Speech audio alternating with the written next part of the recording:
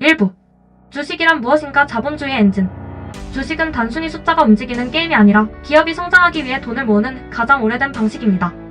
회사는 사업을 키우기 위해 자본이 필요했고 그 돈을 확보하기 위해 세상의 지분을 나눠 팔기 시작했습니다. 이 지분 한 조각이 바로 우리가 매일 사고 파는 주식입니다. 주식을 사면 기업의 일부를 소유하게 되고 회사가 버는 돈과 성장에 기대를 걸게 됩니다. 그래서 주식 투자는 단순한 투기가 아니라 한 회사의 미래에 대한 동업 계약과도 같습니다. 하지만 주식 가격은 기업 가치 그대로 움직이지 않습니다.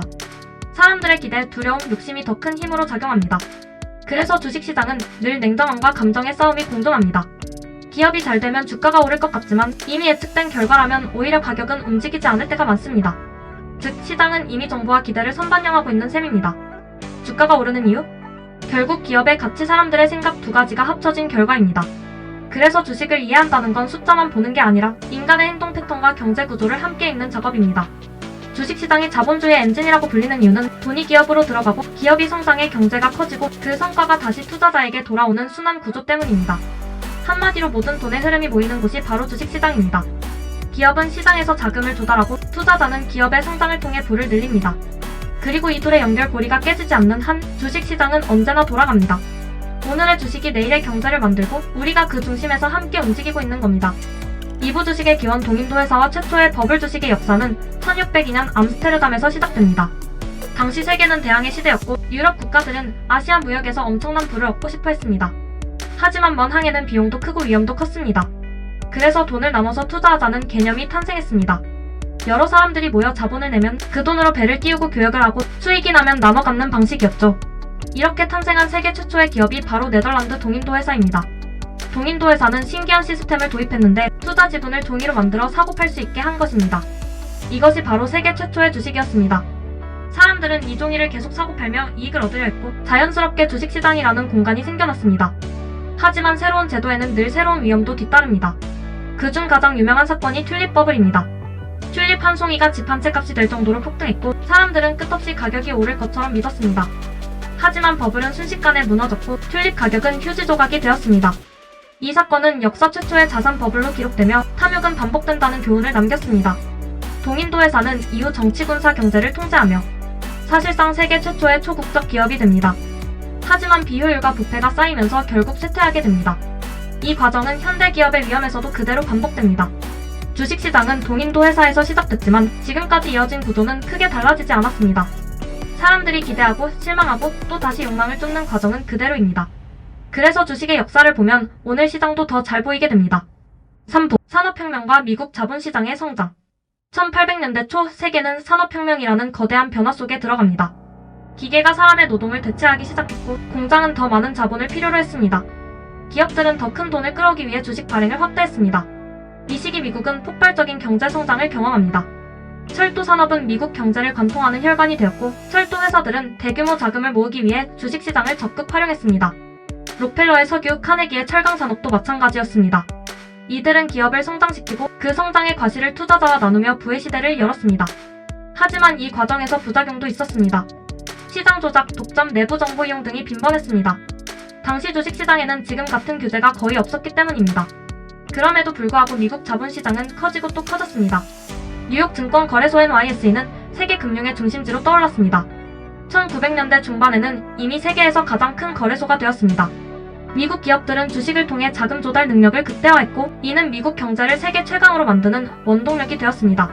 주식은 단순한 투자가 아니라 국가 경쟁력을 높이는 도구가 된 것입니다. 그 과정에서 개인 투자자들도 큰 부를 얻기 시작했습니다. 주식으로 부자가 될 수 있다는 개념이 대중화되기 시작한 시기입니다. 미국의 투자자들은 기업가 정신과 모험심을 높게 평가했고 그 문화는 지금도 이어지고 있습니다. 산업혁명 시대의 기업들은 위험을 감수하는 대신 어마어마한 성장 보상을 제공했습니다.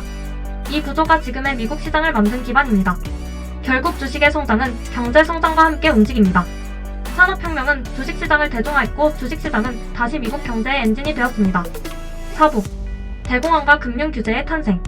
주식시장의 진짜 위험이 드러난 사건이 바로 1929년 대공황입니다. 당시 미국의 주식시장은 끝없이 오르는 것처럼 보였습니다. 사람들은 빚을 내서까지 주식을 샀고 기업 가치와 상관없는 과열이 이어졌습니다. 하지만 과열은 결국 붕괴를 부릅니다. 하루 만에 수십 %가 폭락하는 사태가 발생했고 은행과 기업들이 줄줄이 파산했습니다. 경제는 마비되고 실업률은 25%까지 치솟았습니다. 이 사건은 세계 경제에 치명적인 충격을 줬습니다. 미국 정부는 이후 엄격한 금융 규제를 만들기 시작했습니다. 대표적으로 증권거래위원회 SEC가 이때 탄생했습니다. 내부자 거래 금지, 회계 투명성 강화, 공시 의무 등이 도입됐습니다. 주식시장이 더 이상 무법지대가 아니게 된 것입니다. 또 은행의 예금과 투자를 분리하는 글래스-스티글 법도 만들어졌습니다. 금융기관이 고객 돈을 위험하게 굴리지 못하도록 막은 법입니다.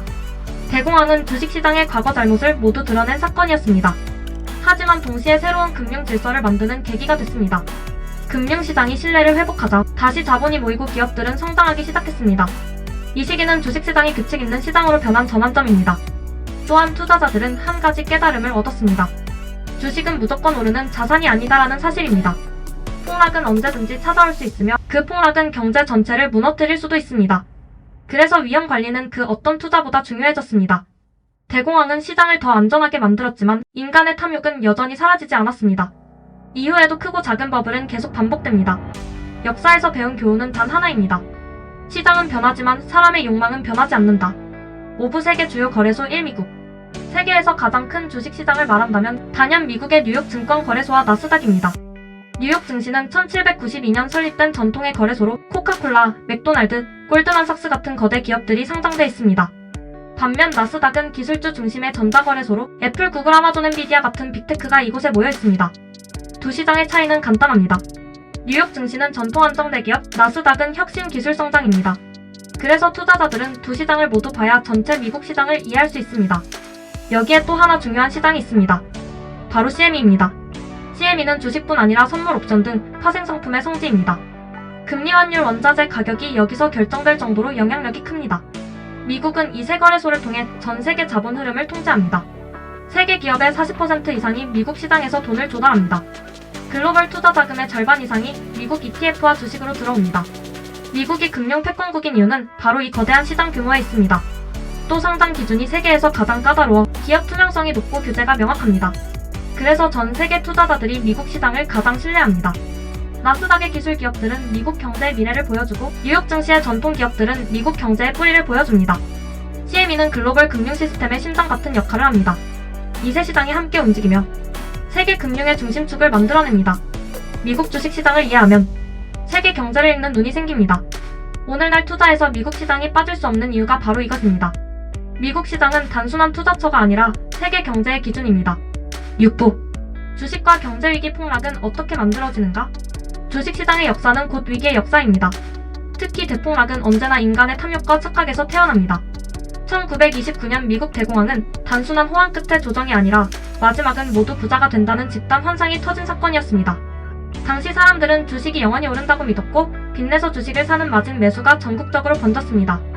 문제는 기업 실적이 오르는 속도보다 주가 상승 속도가 너무 빨랐다는 것입니다. 결국 한순간의 공포는 연쇄 매도 패닉으로 이어졌고 금융 시스템 자체가 무너졌습니다. 이후 정부는 아무것도 하지 못했고 증시는 10년 넘게 회복하지 못했습니다. 1997년 아시아 외환위기는 또 다른 유형의 위기였습니다. 한국, 태국, 인도네시아 등은 외국 자본에 의존해 경제를 키웠지만 과도한 단기 부채가 폭발하며 국가 경제가 붕괴됐습니다. 이때 주식시장은 예정된 폭발처럼 무너졌습니다. 기업 가치가 아니라 국가 신용 자체가 흔들렸기 때문입니다. 2008년 미국 금융위기는 월가의 탐욕이 만든 인공폭탄이었습니다.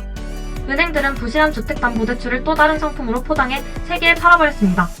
그리고 이것은 전 세계 금융 시스템 전체를 감염시키는 바이러스가 됐습니다. 리먼 브라더스 파산은 말 그대로 세계 경제의 심장에 심정지가 온 사건이었습니다. 증시는 몇 달간 지옥을 걸었고 공포지수 빅스는 역사적 최대치를 찍었습니다.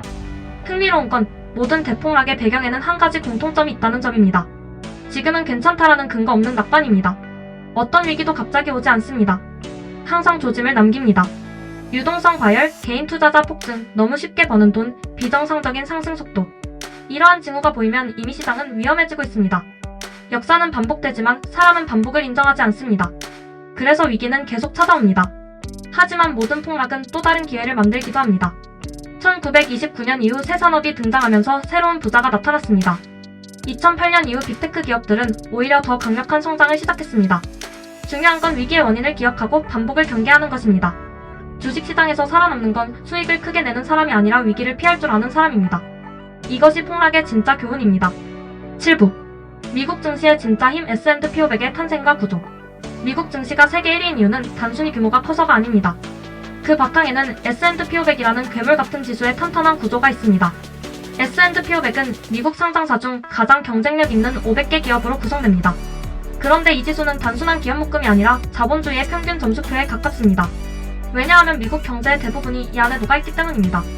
정보기술, 금융, 헬스케어, 소비재, 산업, 에너지 올인원. 이 지수는 매년 자동으로 약한 기업을 쳐내고 강한 기업을 새로 받아들입니다. 즉, S&P 500은 스스로 진화하는 지수입니다. 이것이 장기적으로 항상 우상향하는 가장 큰 이유입니다. 미국 경제가 성장하는 한 S&P 500도 성장할 수밖에 없습니다. 특히 시장을 움직이는 핵심은 시가총액 가중 방식입니다. 즉, 애플, 마이크로소프트 같은 초대형 기업이 지수 전체를 끌어올립니다. 그리고 이 회사들은 국가보다 부자이고 국가보다 강합니다. 세계 투자자들이 결국 미국 증시로 들어오는 이유도 여기에 있습니다. 전 세계에서 가장 혁신적인 기업 중심부가 미국에 있기 때문입니다. 나스닥의 기술기업 비중 또한 미국 증시의 매력을 극대화합니다. 나스닥은 미래의 산업 트렌드가 어디로 가는지를 보여주는 지수입니다. 즉, S&P 500은 미국 경제의 종합 성적표이고 나스닥은 미국의 미래 보고서입니다. 이 둘이 함께 움직이기 때문에 미국 증시는 세계 자본의 진앙이 됩니다. 어떤 국가 시장도 이 구조를 따라가지 못합니다. 경쟁력, 규모, 혁신성, 자금 유입, 몰탑. 그래서 미국 시장은 빠지면 타는 시장이라는 명성을 가지게 되었습니다. 단기 조정은 있어도 장기 하락은 존재하지 않는 것입니다. 50년, 100년 그래프를 보면 답이 나와 있습니다. 결국 미국 증시는 국가가 아니라 시스템이 만든 것입니다. 시스템은 개인보다 강하고 정치보다 안정적입니다.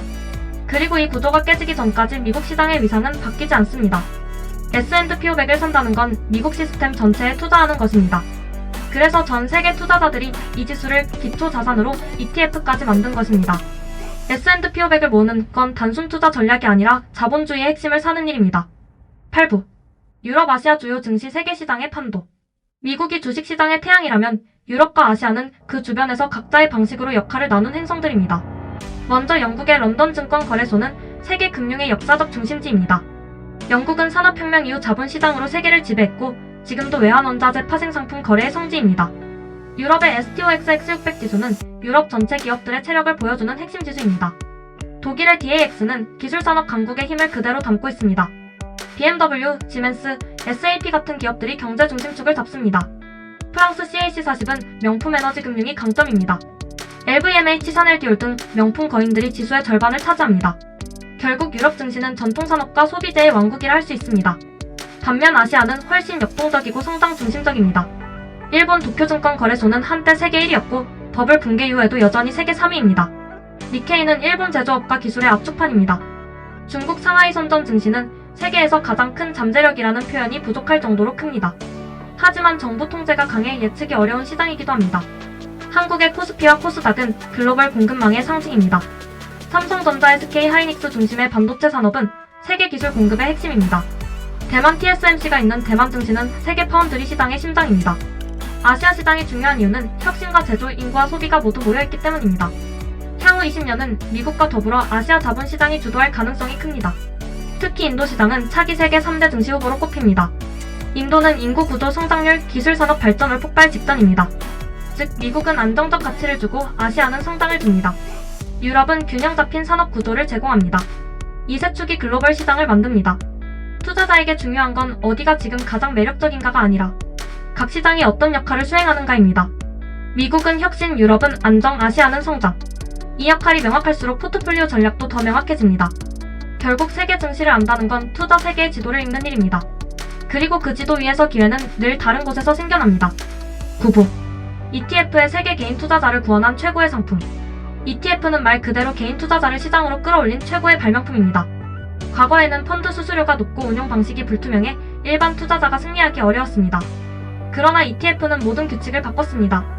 ETF는 시장 전체를 하나의 주식처럼 사고팔 수 있게 만든 혁신입니다. 즉, S&P 500을 한 주처럼 살 수 있고 나스닥을 한 주처럼 살 수 있습니다. ETF는 기본적으로 지수를 따라가는 상품이기 때문에 장기적으로 안정적입니다. 수수료가 펀드보다 훨씬 낮다는 것 또한 장기 수익률을 크게 좌우합니다. 트레이딩도 쉽다, 주식처럼 언제든 사고 팔 수 있기 때문입니다. S&P500을 추정하는 VO, QQQ, QQQM, TQQQ가 있으며 기술은 XLK, 금융은 XLF, 헬스케어는 XLV, 에너지는 XLE, 산업재는 XLI, 필수 소비재는 XLP, 임의 소비재는 XLY, 소재는 XLB, 유틸리티는 XLU, 부동산은 XLR이가 대표 ETF입니다. 이외에도 다양한 산업 분야의 ETF가 존재합니다. ETF가 폭발적으로 성장한 이유는 실패 확률을 낮춰주기 때문입니다. 개별 종목은 망할 수 있지만 지수는 절대 제로가 되지 않습니다. 특히 S&P500 ETF는 세계에서 가장 유명한 장기 투자 상품입니다. 30년 이상 보유했을 때 마이너스가 된 기간은 사실상 존재하지 않습니다. 기술 분야를 원한다면 QQQ라는 나스닥 ETF가 있습니다. 고배당 ETF, 우량 채권 ETF, 원자재 ETF 등 선택 기회는 무한합니다. ETF는 단순한 투자 상품이 아니라 시장 접근성을 민주화했습니다. 누구나 적은 돈으로 다양한 자산에 분산 투자할 수 있게 만든 것입니다. ETF의 구조 또한 매우 투명합니다. 보유 종목 비중, 편입 기준 모두 공개됩니다. 그래서 ETF는 신뢰성이 높습니다. 반대로 액티브 펀드는 운용자의 능력에 좌우되기 때문에 예측이 어렵습니다. ETF의 본질은 평균을 사라는 것입니다. 그리고 자본주의에서 평균은 꽤 강력합니다. 왜냐하면 약한 기업은 빠지고 강한 기업만 남기 때문입니다. 결국 ETF는 자본주의의 자동 생태계를 그대로 담아낸 시스템입니다. 선택은 투자자의 몫입니다. 성장 ETF로 공격적으로 갈 수도 있고 배당 ETF로 안정성을 선택할 수도 있습니다. 혹은 국가별 ETF로 전 세계에 분산할 수도 있습니다. 중요한 건 장기적으로 ETF는 개인의 승률을 가장 올려주는 무기라는 사실입니다. 그래서 ETF 시대는 앞으로 더 강해집니다. 10부 ETF로 시작하는 글로벌 포트폴리오. 글로벌 포트폴리오를 만들고 싶다면 가장 먼저 해야 할 건 미국 중심 축을 세우는 일입니다. 미국은 세계 자본의 중심이고 미국 지수 ETF는 포트폴리오의 심장입니다. 기본적으로 S&P500 ETF에 SPY, VO를 코어로 잡습니다.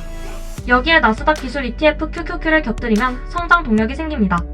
미국 시장 비중이 높은 건 선택이 아니라 필연입니다. 다음은 아시아 성장 시장 ETF입니다. 대표적으로 일본, 중국, 인도 ETF가 있습니다. 중국은 변동성이 크지만 장기 시장 규모는 무시할 수 없습니다. 인도는 미래 성장률이 세계에서 가장 빠른 국가 중 하나입니다. 선진국 ETF와 신흥국 ETF를 섞는 전략도 좋습니다. 이를 통해 세계 전체 시장을 한 번에 담을 수 있습니다. 여기에 위험 관리를 위해 채권 ETF를 더할 필요가 있습니다. 미국 국채 ETF TLTIF는 시장 폭락 시 방어 역할을 합니다. 금 ETF GLD는 인플레이션과 달러 약세에 대한 보험 역할입니다. 원자재 ETF는 포트폴리오의 변동성을 낮추는 역할을 합니다. 마지막으로 배당 ETF를 넣으면 현금 흐름을 안정시키는 데 도움이 됩니다. 이렇게 구성하면 포트폴리오는 성장 방어 현금 흐름의 균형을 갖춥니다. 중요한 건 매번 종목을 바꾸는 것이 아니라 구조를 유지하는 것입니다. 변동성은 시장의 본질입니다. 하지만 구조는 장기 수익률을 결정합니다. 미국 비중을 중심으로 가져가되 아시아와 신흥국의 미래 성장도 포트폴리오에 담아야 합니다. 단순해 보이지만 이것이 가장 강력한 전략입니다. ETF를 이용하면 적은 돈으로도 글로벌 투자가 가능합니다. 결국 투자의 핵심은 선택이 아니라 지속입니다.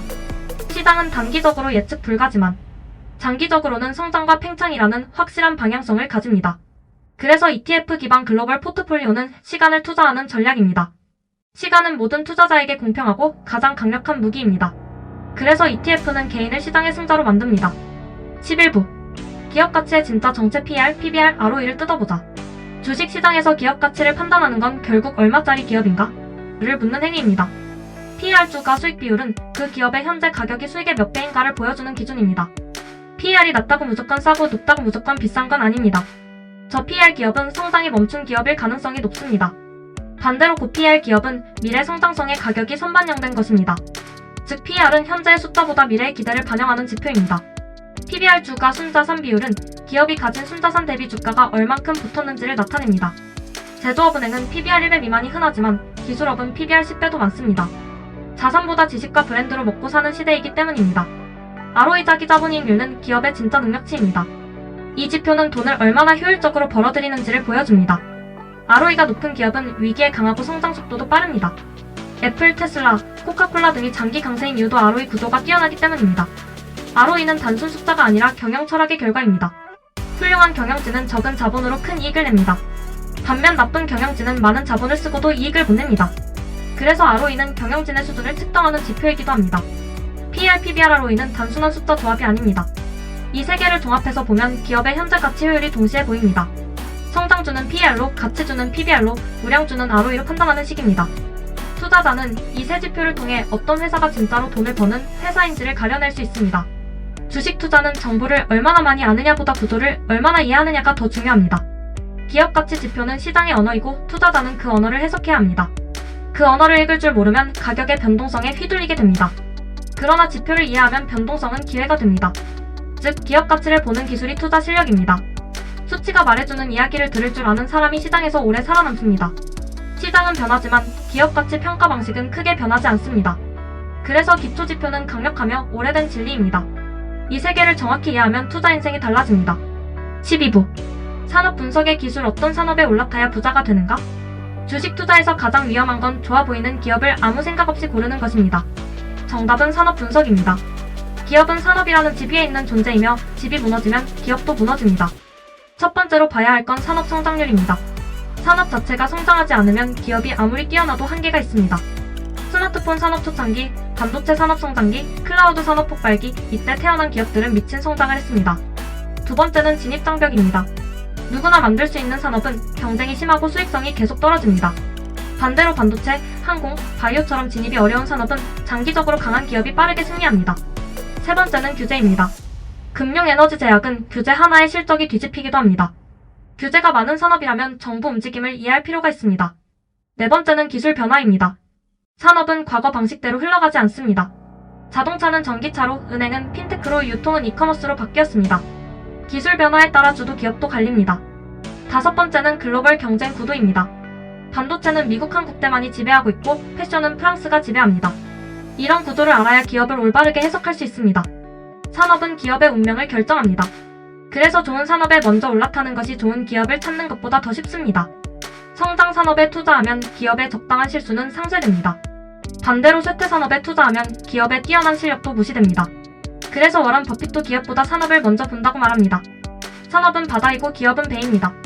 바다가 잔잔하면 배는 잘 나갑니다. 바다가 폭풍이면 실력 있는 배도 흔들립니다. 산업 분석은 주식 투자의 나침반입니다. 나침반 없이 바다에 나가면 길을 잃습니다. 산업을 이해하면 시장 전체의 흐름을 읽게 됩니다. 13부. 기술적 분석의 세계 차트가 말해주는 진짜 신호. 기술적 분석은 종교처럼 찬양받기도 하고 점집 취급을 받기도 합니다. 하지만 진실은 그 중간에 있습니다.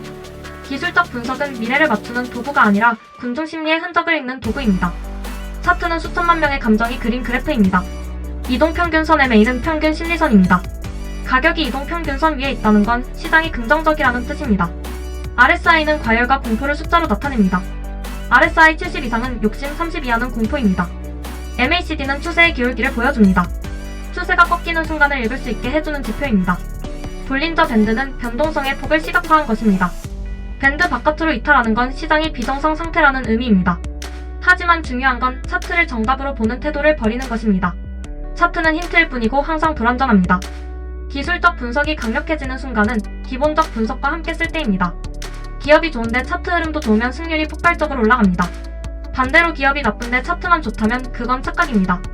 기술적 분석은 시장의 심리를 측정하는 과학입니다. 군중 심리가 과열되면 가격은 선을 넘어가고 공포가 극대화되면 가격은 본질보다 밑으로 떨어집니다. 이런 심리의 흔적을 읽는 것이 기술적 분석의 본질입니다. 차트는 인간을 분석하는 도구이지 기업을 분석하는 도구가 아닙니다. 그래서 차트만 보고 투자하는 것은 매우 위험합니다. 하지만 차트 없이 투자하는 것도 위험합니다. 차트는 시기와 타이밍을 잡는 데 탁월한 도움을 줍니다. 투자에서 타이밍은 매우 중요합니다. 아무리 좋은 기업도 잘못된 시기에 사면 수익을 내기 어렵습니다. 기술적 분석은 언제 들어가고 언제 나올 것인가를 판단하는 시계입니다. 시계 없이 움직이면 길을 잃습니다. 그래서 기술적 분석은 결코 무시할 수 없는 무기입니다. 14부. 주가를 움직이는 뉴스 정보의 전쟁. 시장은 정보로 움직입니다. 뉴스는 그 정보를 가장 빠르게 전달하는 통로입니다. 하지만 뉴스가 말하는 사실보다 더 중요한 건 어떻게 해석해야 하는가입니다. 금리 인상 뉴스는 대부분 하락 요인으로 알려져 있습니다. 하지만 인상 속도 강도 예상 여부에 따라 시장 반응은 완전히 달라집니다. 예측된 금리 인상은 오히려 호재가 되기도 합니다. 실적 발표 또한 마찬가지입니다. 숫자만 보고 상승 하락을 결정하는 건 위험합니다.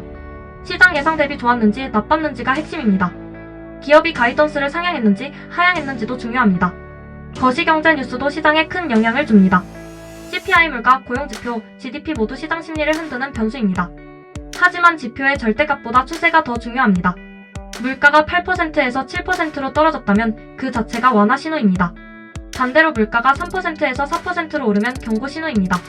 지정학 뉴스는 특히 변동성을 크게 만듭니다. 전쟁, 무역 분쟁, 제재 모두 즉시 주가에 영향을 줍니다. 하지만 이 모든 뉴스에는 공통된 원리가 있습니다. 예상된 뉴스는 이미 가격에 반영되어 있습니다. 시장은 과거가 아니라 미래를 가격에 반영합니다. 그래서 뉴스 자체보다 뉴스의 방향성이 중요합니다. 나쁜 뉴스라도 예상보다 덜 나쁘면 호재가 됩니다. 좋은 뉴스라도 예상보다 못하면 악재가 됩니다. 시장은 철저히 기대 게임입니다. 투자자는 뉴스의 내용보다 시장의 기대를 읽어야 합니다. 이 기대를 읽을 줄 알면 큰 변동성을 기회로 바꿀 수 있습니다. 뉴스는 시장의 표면이고 기대는 시장의 바닥입니다. 표면이 요동쳐도 바닥이 안정돼 있으면 시장은 크게 흔들리지 않습니다. 그래서 뉴스 읽기는 시장 심리를 읽는 기술입니다. 정보의 전쟁에서 승리하는 사람만이 수익을 가져갑니다. 15부 글로벌 금리와 환율 주식시장을 흔드는 보이지 않는 손. 주식시장에서 금리와 환율은 숨은 지배자입니다. 금리는 돈의 가격이며 환율은 국가 간 돈의 가치입니다. 금리가 오르면 돈이 비싸지고 기업들은 투자와 소비를 줄입니다.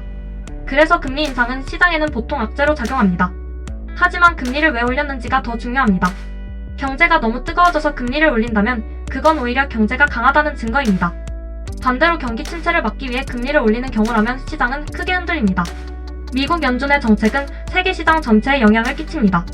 미국 금리가 올라가면 전 세계 자금이 미국으로 빨려 들어갑니다. 그래서 신흥국 시장은 금리 인상기에 취약합니다. 환율은 국가의 경쟁력과 경제 흐름을 반영하는 지표입니다. 달러 강세는 대부분 안전자산 선호 현상에서 나타납니다. 전쟁, 금융, 위기, 침체 우려가 커질수록 달러는 강해집니다. 반대로 위험 선호가 커지면 신흥국 통화가 강해집니다. 환율은 수출 기업에 직접적인 영향을 줍니다. 원화 약세는 수출 기업의 호재지만 내수 기업에는 악재입니다. 금리와 환율을 동시에 보면 시장에 큰 그림이 보입니다. 금리 상승 더하기 달러 강세는 시장 방어 모드. 금리 하락 더하기 달러 약세는 시장 공격 모드. 이 조합은 세계 자본 흐름을 결정합니다. 채권 시장은 금리의 언어로 말하고 외환 시장은 자금 흐름의 언어로 말합니다. 주식 시장은 그 둘의 영향을 그대로 받습니다. 그래서 주식 투자자가 금리와 환율을 모르면 안 됩니다. 금리와 환율은 주가의 방향을 정합니다. 기업의 실적은 속도만 정할 뿐입니다.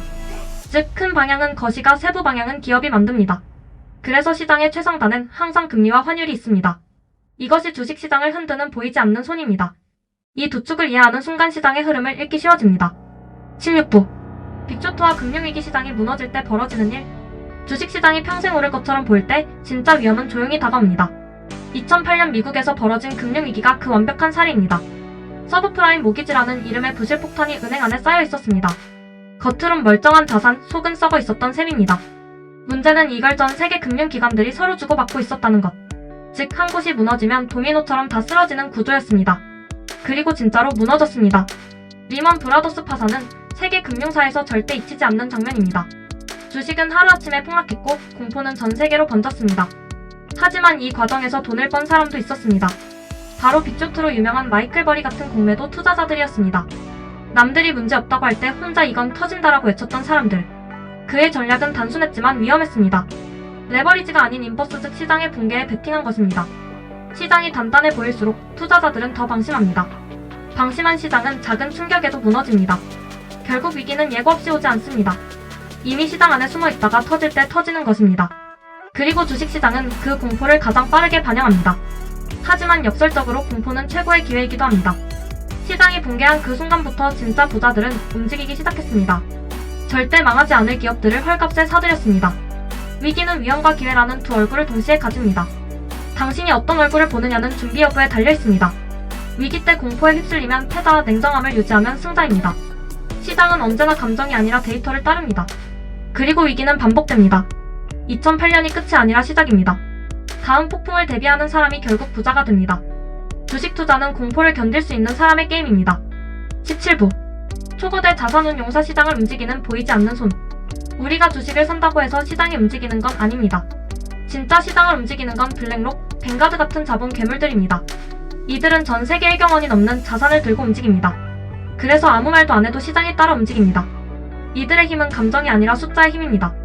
그 숫자가 너무 크기 때문에 시장 자체가 휘어집니다. 초거대 자산운용사들은 전 세계 기업의 이사회까지 영향력을 행사합니다.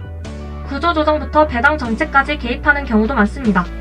우리 눈에 보이지 않을 뿐 그들은 시장의 실권자입니다. 이들이 ETF를 만들면 시장 전체가 그 지수를 따라 돈이 움직입니다. ETF가 커지면 커질수록 시장은 패시브 자본의 힘을 강하게 받습니다. 투자자 개개인의 선택보다 기계적 매수 매도가 강해지는 구조입니다. 그래서 요즘 시장은 옛날 시장보다 더 빠르게 움직입니다. 기업이 성장할 시간을 주지 않습니다. 실적이 나쁘면 바로 패시브 자본이 던져버립니다. 실적이 좋으면 자동 매수로 가격이 치솟습니다. 시장이 합리적이기보다 기계적으로 변해버렸습니다. 시장의 변동성도 이 자본 흐름에 따라 달라집니다. 왜 이 기업이 오르지? 라는 의문은 종종 자본 흐름 때문이기도 합니다. 개인 투자자는 이 흐름을 모르고 뛰어들면 항상 뒤늦게 잡습니다. 그래서 초거대 자산운용사의 움직임을 읽는 것이 중요합니다. 그들의 보고서 회의록, ETF 구성 비중 변화는 모두 시그널입니다. 시장은 뉴스보다 자본 흐름을 더 빨리 반영합니다. 특히 경기위기 이후 자산운용사들의 리밸런싱은 시장의 방향을 정합니다. 개인은 절대 맞서는 게 아니라 따라타는 전략이 맞습니다. 결국 시장은 누가 더 큰 돈을 움직이느냐의 승부입니다. 그리고 그 돈은 대부분 몇 개의 회사가 가지고 있습니다.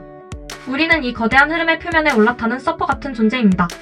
파도를 막을 수는 없지만 잘 타면 멀리 갑니다. 시장을 움직이는 건 뉴스가 아니라 돈입니다. 18부. 시장을 지배하는 알고리즘 기계가 만든 초단타의 세계. 현대 주식시장은 사람이 움직이지 않습니다. 실제로는 알고리즘이 대부분의 거래를 처리합니다. 초단타 매매 HFT는 1초에 1000분의 1단위로 승부가 납니다.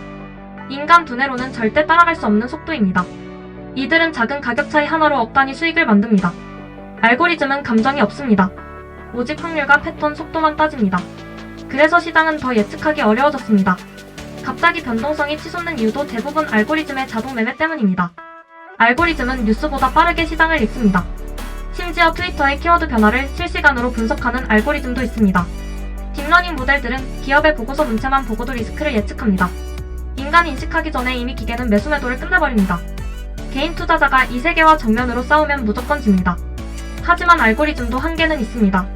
팬데믹처럼 패턴이 무너지는 상황에서는 오히려 오류가 발생합니다. 그래서 시장은 이중적입니다. 기계가 움직이지만 예외 상황에서는 인간이 시장을 다시 지배합니다. 알고리즘의 핵심은 속도가 아니라 데이터의 질입니다. 좋은 데이터를 가진 기관이 시장에서 더 큰 힘을 가집니다. 그래서 요즘 시장에서 데이터는 제2의 석유라고 불립니다. 개인은 속도 경쟁을 할 수 없으니 전략을 바꿔야 합니다. 장기 투자, 가치 분석, ETF 중심의 분산 투자가 더 유리합니다. 알고리즘은 하루 단위 변동성만 잡지 10년짜리 흐름은 잡지 못합니다. 결국 인간이 강한 영역은 서사와 방향성입니다. 기술은 변해도 기업의 본질은 변하지 않습니다. 그래서 장기 투자는 알고리즘 시대에 더 강력합니다. 기계가 단기전에서 이기고 인간은 장기전에서 이깁니다. 시장은 결국 둘의 균형으로 움직입니다. 주식시장은 더 똑똑해졌지만 인간의 통찰력은 여전히 살아있습니다. 19부. 연금과 국민투자자 국가가 시장에 뛰어들면 생기는 일. 국민연금 같은 초대형 연금은 나라 하나의 자본 흐름을 바꿉니다. 한국, 일본, 노르웨이는 모두 국가연금이 시장의 핵심 플레이어입니다. 연금은 절대 단타를 하지 않습니다. 그들의 목표는 100년 후에도 지속되는 투자입니다. 그래서 안정성과 분산을 최우선으로 합니다. 연금이 특정 종목을 매수하면 그것만으로도 시장이 움직입니다. 연금은 비중 조절만 해도 가격이 움직입니다. 특정 국가의 기업 지배구조 개선도 연금이 밀어붙이는 경우가 많습니다. 연금 투자는 국민의 미래와 직결되기 때문에 안정적일 수밖에 없습니다. 그래서 경기 침체 때 연금은 시장의 완충장치 역할을 합니다. 패닉이 와도 연금은 매도하지 않습니다. 버티고 또 버팁니다. 이런 자본은 시장의 공포를 완화시키는 역할을 합니다. 개인 투자자는 그런 연금의 흐름을 참고해야 합니다. 연금 매수 매도 동향은 시장의 큰 방향을 알려주는 힌트입니다. 연금은 가치보다도 안정성을 최우선으로 봅니다. 그래서 시가총액 상위 기업에 집중 투자합니다. 개별 종목에 베팅하는 개인과 전략이 다릅니다. 하지만 개인이 따라가는 전략도 있습니다. 바로 연금 포트폴리오 따라하기입니다. 변동성이 줄어들고 장기 수익률은 안정적이며 한국에서는 토스에서 이러한 서비스를 제공합니다. 실제로 많은 투자 전문가들이 이 전략을 추천합니다. 연금의 특징은 꾸준함입니다. 매월 일정 금액을 정해진 비율대로 매수합니다. 이 꾸준함이 장기적으로 수익률을 높입니다. 개인이 연금처럼 행동하면 시장 공포에 휘둘리지 않습니다. 연금 투자 방식은 인간 감정을 완전히 배제합니다. 그래서 국가 단위의 투자는 시장을 더 안정적으로 만듭니다. 시장은 개인만의 공간이 아닙니다. 국가도 연금도 모두 참가하는 거대한 자본의 무대입니다. 20부. 주식 투자의 미래 AI 토큰화 국경 없는 시장. 미래의 주식시장은 지금과 완전히 다르게 생겼습니다. AI가 기업 분석을 대신하고 투자 판단까지 자동화되는 시대가 옵니다. 이미 많은 운용사들이 AI 펀드를 출시하고 있습니다. AI는 인간보다 더 많은 데이터를 빠르게 처리합니다. 하지만 인간의 직관은 여전히 중요합니다. 미래는 인간과 AI의 협업입니다. 두 번째 변화는 자산의 토큰화입니다. 부동산, 미술품, 채권까지 토큰 형태로 쪼개 거래됩니다. 증권사가 아니라 블록체인에서 거래될 수도 있습니다.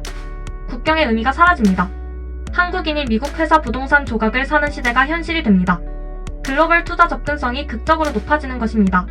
세 번째 변화는 시장의 24시간화입니다. 암호화폐 시장처럼 주식도 끊김없는 거래가 확산될 가능성이 높습니다. 이미 몇몇 국가들은 부분적으로 도입 중입니다. 이 변화는 변동성을 더 키울 수도 있습니다. 하지만 기회 역시 더 많아집니다. 시장이 잠들지 않는다는 건 언제든 기회가 있다는 뜻입니다. AI는 개인별 맞춤형 포트폴리오까지 만들게 될 것입니다. 인간은 단순 매매 대신 전략을 설계하는 존재로 진화합니다. 시장은 더 스마트해지고 더 글로벌해지고 더 빠르게 변합니다. 그러나 절대 변하지 않는 게 있습니다. 바로 기업의 가치 그리고 인간의 심리입니다. 어떤 기술이 와도 투자에서 기본은 절대 사라지지 않습니다. 초단기 성장성, 재무 안정성, 현금 흐름은 영원한 기준입니다. 기술은 도구일 뿐 판단은 결국 인간의 몫입니다. 미래의 투자자는 더 똑똑해져야 합니다. 하지만 본질을 아는 사람만이 살아남습니다. 시장은 빠르게 변해도 성공하는 원리는 단순합니다. 가치에 투자하는 사람은 결국 승자가 됩니다. 21부 퀀트 투자 감정이 사라진 냉혈한 투자법의 세계. 주식시장에서 인간의 감정은 언제나 문제였습니다. 이번엔 다르다라는 착각이 시장을 망치고 지금 사면 끝장이다라는 공포가 기회를 날립니다.